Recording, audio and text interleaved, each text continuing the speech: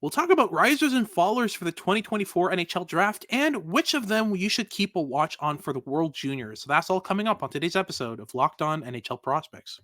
You are Locked On NHL Prospects, part of the Locked On Podcast Network. Your team every day.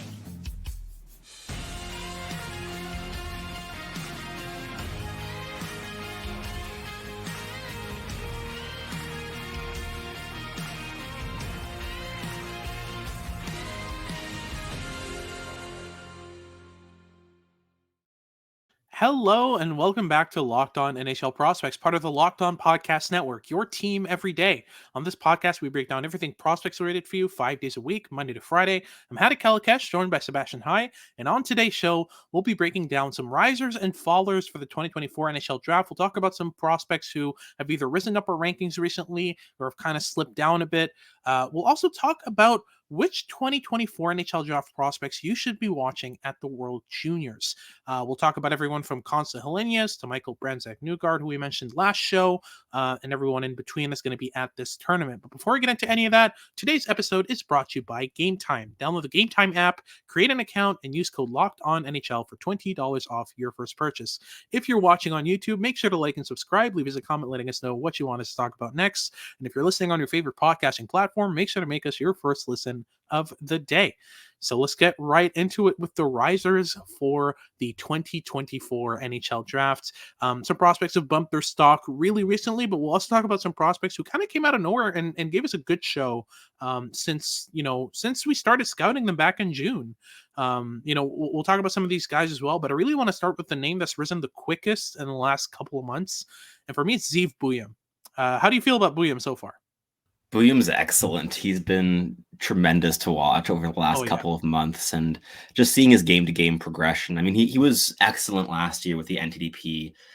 Over the summer, I hadn't watched him too in depth, but from what I had seen, I was very impressed, and I was a little bit confused as to why he was only kind of like teetering around like the mid to late 20s in most early rankings. And my early viewings kind of confirmed his status as a first-round talent at the very least, but North America isn't my specific region this season with Dauber. I've been focusing more on the European side, but it was not particularly shocking to me when he started rocketing up all the boards and his production just being like well over a point a game as a freshman defenseman, which is insane. Yep. And yeah, he's been tremendous, and I've liked his game at like in all three zones so far this season. Of course, his offensive game is his biggest strength, followed by his transition game, then his defensive game in that order, which is clear. But even in his own zone, he's been quite solid. At the very least, he's been composed. He uses his mobility really intelligently to solve problems.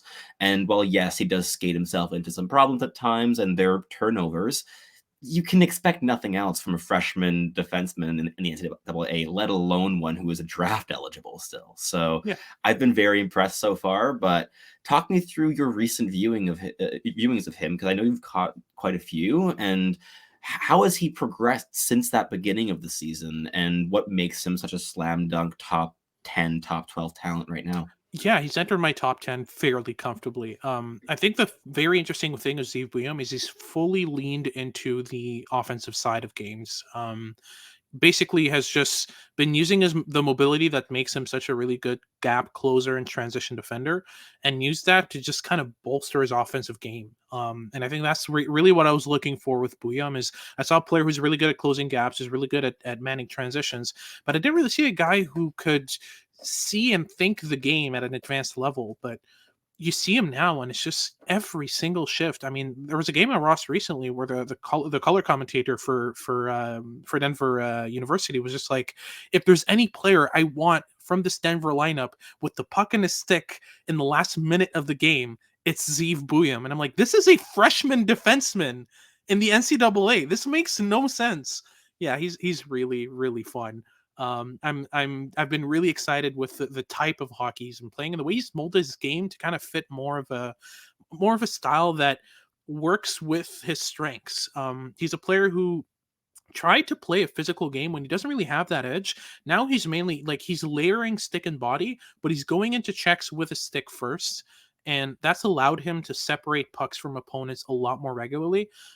Even though, like I said, he's leaning a lot more into the offensive game, he's activating every chance he gets. He's pushing hard to between the dots when when a puck goes up, when a forward joins him at the point, he's just beelining for the net front, which is not something you see often from defensemen.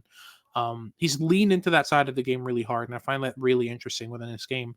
But yeah, that brings us to Zayne Parekh, who I think we're higher on than a lot of rankings. Yeah, you've watched a fair amount of him. I have as well. I really want your take on Parekh because I think we're on the same page regarding him. I mean, yeah, I was kind of banging the table for Parekh at 4 on our November board at Dauber. I wanted him there at 4, no 3. Sorry. 3, yeah. Dickinson was third, and Yeah, you wanted Dickinson him. was third. Yeah, I Yeah. wanted Parekh over Dickinson was my main take there. I think like as long as Parekh was top 5, I was relatively happy. But between the two OHL defensemen, who I've watched quite closely, both of them, both internationally and domestically, and I've caught a live viewing of Parekh as well. And Dickinson last season too. I've watched them a lot, and I'm a big fan of Sam Dickinson's. I think that he's an excellent prospect, and he's a lot safer of a pick than Zayne Parekh is. Yeah. Parekh has an ability to dominate the game that I haven't seen from a draft eligible defenseman in the CHL in a while. Even like going back to Olen Zellweger wasn't quite as dominant as a draft eligible. Pavel Mintyukov maybe around the same level, but even then I think that Parekh's offensive incursions are even more dominant than Mintyukov's were in his draft year. Now, Mintyukov had some physical tools that Parekh lacks in that season, but Parekh is a tremendous player, and I've been a big fan of him for a while now. I mean, he's still at 3rd on my board at the moment, which isn't necessarily set in stone at all, but he's there tentatively in a tier that ranges down to 6th. But I mean, I think with his game, I'm just so enamored with how he's able to leverage every single strength he has in his toolkit to create advantages offensively. He knows exactly what his strengths are. He knows what his weaknesses are, and he knows exactly how to mitigate those two in order to create advantages offensively and how to play safely defensively. He uses his skating so intelligently in all 3 zones. He's hyper mobile. Like the forward mobility is a big strength with him. And like beyond just the high-end offensive skill that I could rave on about for ages, there's an intelligence and an awareness and a composure to his game that you don't usually see in these like undersized offensive defensemen that are putting up gaudy point totals in the CHL.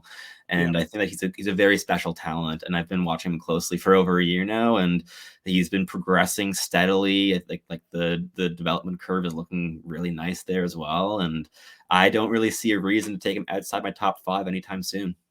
Yeah, absolutely. And that brings us to Konsta Helenius, who has officially made his way above Cole Eiserman in my rankings. The offensive brain on Konsta Helenius, I will say this time and time again, the way he thinks the game is ridiculously good. And like he's not a player who exclusively relies on offense. He's not a player who focuses on the offensive zone exclusively. This is a really good defensive player, a really good transition player, a hard forechecker with a high motor. Like I don't see any area of his game that I can look at and be like, yeah, this is a weakness. Whereas with Eiserman, everything except the shot is kind of like, ooh, So it's like they're 2 polar opposites in terms of the assessment of their strengths and weaknesses. And it's kind of the same for Luke Misa, who really surprised me with his skill and ability. I really thought this was going to be like at best a late 1st rounder, kind of like Owen Beck was last year. But Misa has a level of paciness and processing to the game that you rarely see out of this kind of age group. So he's kind of bolstered himself into the top 15 conversation for me as well. So yeah, this is our batch of risers. Players we didn't expect to be as high as they did, either heading into this year or heading into this past month. But now we'll get into our fallers here. Some players who recently haven't performed up to par or that we expected to be better than they are. We'll get into that right after these messages from our sponsors over at Game Time. If you like to dig for last minute deals on tickets, Game Time is the best place to get them. I use Game Time all the time. My schedule is very variable, so I don't really know when I'll get an afternoon free. And Game Time's been really reliable when I finally get an afternoon free out of nowhere and I don't know what to do with my day. Just fire up Game Time. Within a couple minutes, I've got tickets. Within, at the very last minute before the event, I'm able to get tickets, get to the spot, scan my QR code, and I am in. Game Time offers you great deals as well on the app, where you can get zone deals, for example, where zone deals are basically that Game Time chooses the seat as long as you choose a section, and you get an average about 18% of savings. And the Game Time guarantee makes sure that you'll always get the best price. If you find tickets in the same section and row for less than what Game Time has to offer, Game Time will credit you 110% of the difference. So take the guesswork out of buying tickets with Game Time. Download the Game Time app, create an account, and use code LOCKEDONNHL for $20 off your first purchase. Terms apply, but again, very simple. Create an account, redeem code LOCKEDONNHL at checkout for $20 off your purchase. Download Game Time today. Last minute tickets, lowest price, guaranteed. All right, so moving on to some fallers. We'll talk about some players we didn't really expect to either perform as inconsistently as they did this year, or players that have dropped very recently in our rankings. We'll start with Cole Eiserman. I very much expected Cole Eiserman to be a lock for the top 2, and he actually is on a lot of rankings. A lot of scouts overall think that Eiserman's goal scoring ability is game breaking and will overcome the lackings in the other areas of his game. What do you feel? How do you feel about that? I mean, it is an overwhelmingly good asset, and I think of all the tools to kind of go all in on and bet the house on, goal scoring ability, raw goal scoring ability, whether it be the shooting talent, the ability to find space, the ability to just overall be a massive goal scoring threat and have opposing defenses overcommit to your side, opening up space passively for your teammates without you really having to do anything special. I can understand it. I get it. I think that if Eiserman had been able to, up until this point in the season, show that there was more diversity in what he's able to do, not necessarily what he does consistently, but what he's able to do even in high-end flashes, would change my mind a little bit and would have me bumping him up a couple slots on my personal board. Yeah. But I haven't even seen any like high-end playmaking flashes this season where you can kind of see all the cogs like in place and just want to put together. That hasn't been there in my viewings just yet, and maybe it comes further this season. Maybe it's been there this year, but I just caught some unfortunate viewings. But you've watched more of him than I have so far. And even though, I mean, I think our entire scouting team's watched him a fair amount so far. But what's your take on Eiserman, and just how good is that goal scoring skill that is so overwhelming in other boards?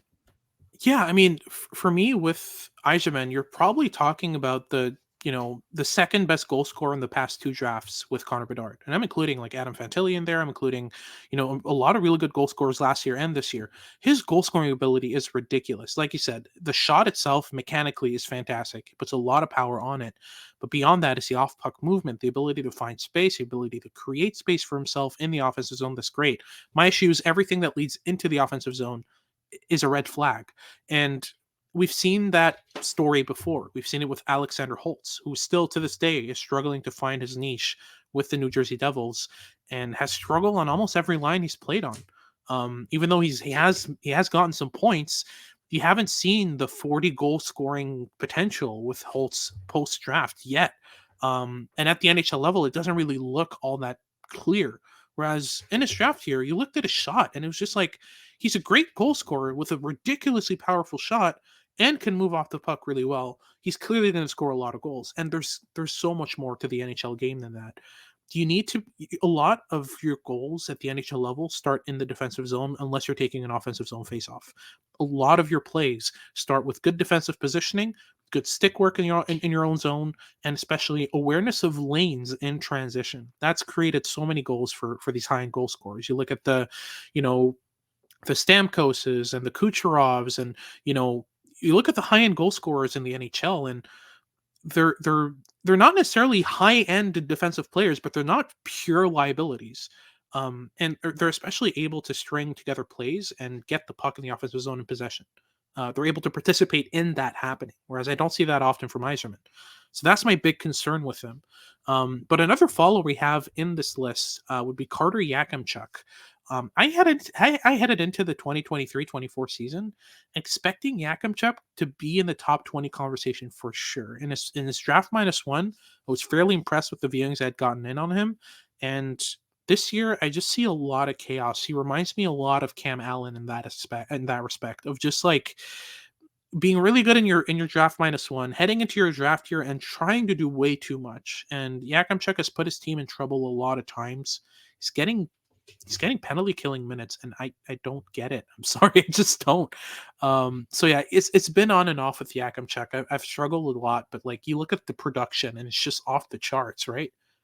Yeah, I mean, he has 13 goals and 33 points in 30 games so far this season, which is very good if he were a forward and he's a defenseman. So Yeah, like yeah. production-wise, no complaints. And I mean, the WHL is certainly not the easiest of the CHL leagues to put up those gaudy point totals from the blue line. So Yeah. it's been impressive in terms of the offense for him, but I think, as you said, with the Cam Allen comparison, I see a lot of similarities in, yes, the chaos, the lack of composure, the spam shot button at the Yeah. blue line every single time the puck is Oh within yeah. 8 feet of you, and that has definitely made it a bit more difficult to project him as an NHL like impact piece with that style. And that said, there are some interesting raw tools with this player, and there's a reason that we had him shoot in as a likely top 20, top 25 player in this draft class heading into the season. I remember talking about him in the summer, and we kind of had him more lined up as a hopefully steady force on the blue line, which you saw in some flashes last season. Of course, the offense has kind of been more leaned into, and production last year was good as well. But there are some tools in there that could make a solid defensive defenseman. But what we hadn't quite clocked in our preliminary viewings was just how questionable the decision making on the puck is in his own zone under pressure, how the defensive positioning is as a whole, and his tendency to overcommit when he does decide to be aggressive. And in other sequences, he's passive extensively. Like, it has been very, very hit or miss for Carter Yakemchuk so far. And I know he's spurred some emotions among our scouting staff that have been subjected to many viewings of his games this season. But yeah, he's a player that's kind of fallen, as you said, a bit like Cam Allen, due to a combination of good tools, yes, but everything else is a massive question mark. And I think I'm curious to see where he ends up getting drafted, because in terms of profiles, I think that those two players are kind of similar in terms of NHL projections, but the production is very different between the two, and the size is as well. So whereas Cam Allen somehow fell down to the 5th round last year, which was an overcorrection for sure. Massive overcorrection. Should have been a top 100 pick at the very, very least. With Yakemchuk, just how high could he go? Because he has like the profile of a top 20 pick still. At least by NHL team standards, for sure. Yes. But yeah, there are a lot of warts in this game. I wouldn't be surprised to see him kind of be a borderline top 10 pick in this draft, and I think that it'll be very telling of the scouting staff. Not only the team that picks him, but the teams that are disappointed he's gone. But by 20, I think it's going to be very interesting to get a look at that. But I want to close things off with Aron Kiviharu. I think this is going to be a short one. He's been good, but he just suffered a major injury, and that's going to affect his projection really hard. I wouldn't expect Kiviharu to be able to get his mojo back when he comes back, if he comes back this season, which might make things a bit difficult. And already before the injury, there were some concerns. He's fantastic, probably the best defenseman in this draft on the breakout, but there were some concerns with the defensive side of the game. There were some concerns with his ability to play under physical pressure. But overall, everything that has to do with retrieving pucks behind the net and playing them out, you're getting the puck out when Kiviharu is there. So yeah, I think he might continue to fall, and I think it's mainly going to be because you're not going to get a look at him at the World Juniors, not going to get a look at him at the U18 Worlds. Like it's going to be a while before he hits the ice again, and that affects your projection, that affects your upside, that affects a lot of things. But yeah, that wraps things up for this second segment. We'll head into our third segment where we talk about the prospects from the 2024 draft you need to keep an eye on at this World Junior Championship upcoming. We'll get into that right after these messages from our sponsors over at FanDuel. As the weather gets colder, the NFL offers Stay Hot on FanDuel. Right now, new customers get $150 in free bonus bets with any winning $5 moneyline bet. That's $150 if your team wins. And you can use that on anything, ranging from spreads to player props to over and unders and far more. Whether you want to use them on betting on your favorite NFL team to win the Super Bowl this season or your least favorite NFL quarterback to throw 3 receptions in the next game, the choice is yours. So visit FanDuel.com/lockedon and kick off the NFL season. FanDuel, official partner of the NFL. All right, so let's close things off with the World Junior Championship 2024 NHL Draft eligibles, and you need to keep a look on in this tournament. There are a lot of interesting names, and I'm very excited to kind of get started with Konsta Helenius because, as I mentioned, he's risen up my rankings, and I feel like the World Juniors is going to solidify that so well. I've already seen him ahead of the likes of Ivan Demidov and Cole Eiserman on some rankings, not a lot, but some rankings. Mainly due to basically tearing up the Liga in recent games. He's basically on a point per game pace over the last handful of games. So he's been playing extremely good hockey. What do you expect his role is going to be on this Finland roster? I think second line center is basically a lock, right? I would think at the very least, with how he's been playing this year and the immature style that he plays the game with, I think that any coach is going to be pretty enamored with just how intelligent he is, how adaptable he is, how he can play any role, be in any situation, be on the ice stuck for 2 minutes and still be putting in a pretty good shift. He's really, really versatile, which will definitely help his case. And on top of that, I mean, this is a Finland roster without the likes of Brad Lambert and Joakim Kamel. So there's spots opening up that weren't there in previous seasons, and there aren't that many slam dunk names to force their way in ahead of him. He kind of has an opening to forge himself that top 6 slot, and I'm very curious to see what he's able to do with it because he's been playing some excellent hockey against professional competition this season, and he's back against his own age group here, and it's going to be fascinating to see just how dominant he can look. Yeah, absolutely. It's going to be a great opportunity for him to showcase what he can do. He's already playing so well against men. I can only imagine what he's going to do against these kind of lineups. It's going to be so fun to watch him play. Let's talk about Michael Brandsegg-Nygård again. The big same vein, professional player playing good hockey. That's going to look very good against junior competition. Absolutely, and as of late, I mean, he had 5 points in his last 8 games in the Hockey Allsvenskan. It's finally heated up for him after some really unlucky bounces. But you can look at his ice time and see that it never faltered, it never changed since the start of the year, which shows you how impactful he is away from the offensive zone in general. That allows him to consistently get back on the ice for the exact same amount of minutes that he started off with. His coaches never made him ride the pine, never dropped him from the top 6 really, and just mainly continued believing in him, and it's been paying off recently. The bounces have been going in, and you can see how impactful this player is overall. And yes, he's going to play for Norway. Norway's going to have a lot of trouble putting goals in the back of the net, but Michael Brandsegg-Nygård could be a really interesting bright spot on that team that could turn some heads and finally get him in the top 10 conversation on all rankings, because I've seen him outside the top 15 on some, and I don't get it. He fits the mold of NHL scouts' dreams, essentially, just so well. He reminds me, I was talking about this as well on JD Young's podcast on Locked On Sharks when I hopped on as a guest, and we were talking about Michael Brandsegg-Nygård, and I realized he makes me think a lot about Cutter.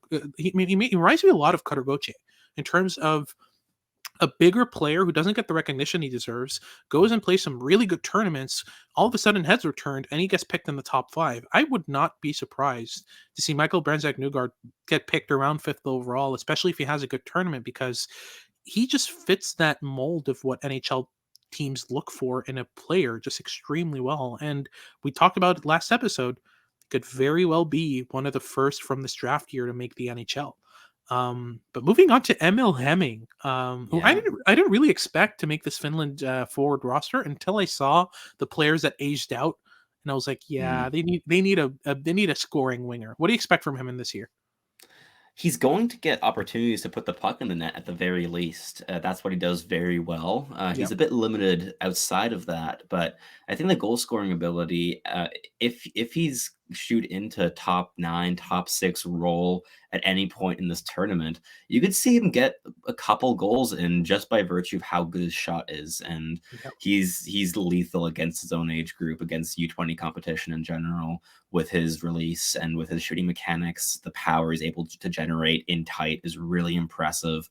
And he's a very fun goal scorer. And with Joakim Kemell not being released by the Nashville Predators, there's definitely space for a strong goal scorer in Finland's roster. And of course, there is Kasper Halttunen, who's going to likely be the main such player in that roster. But in terms of the second man up for that job, I could easily see Emil Hemming being the choice that the coaching staff goes with. And I think that if he's able to score a couple goals, even if they may just be by virtue of how good his shot is and less so of how good his play at the tournament will be, you might see him bump up in some rankings just by virtue of putting up some points. So he's a dark horse of ours in terms of unexpected production, because there is, as we said like earlier with Konsta Helenius, there is space for young players to make an impact on this Finnish roster. They will be depending on young players taking some big steps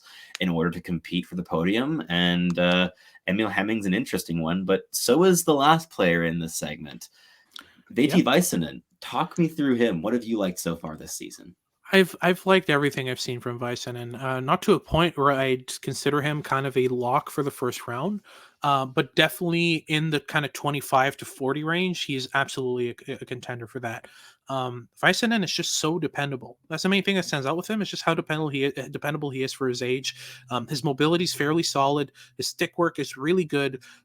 Beyond just closing gaps early, he closes them with the right timing, which is so important. He understands when and how to close a gap so that the player who's carrying the puck doesn't expect it. I still want to see him layer stick and body a bit more. And it's usual for a lot of prospects. A lot of prospects usually either exclusively defend with their stick or just yeet their body around aimlessly until they hit something. And learning to layer stick and body is something that takes a lot of time usually, and the players that have it already are like Sam Dickinson, who's one of the best defensive players I've ever seen come out of the draft. So it's going to be very exciting to see him at this tournament, to see how he performs. I'd expect him to play more in kind of a bottom 6 role, not a bottom 6 role, but a bottom pair role rather, with Vaisanen. And he's going to be able to have a quiet but impressive performance that I feel is going to impress a lot more the scouting teams that have a finer eye, that don't look for big performances, that don't look, that are able to identify the intricate details. Teams like Toronto could make a jump on him. Teams like, Tampa Bay might very much like Veeti Vaisanen.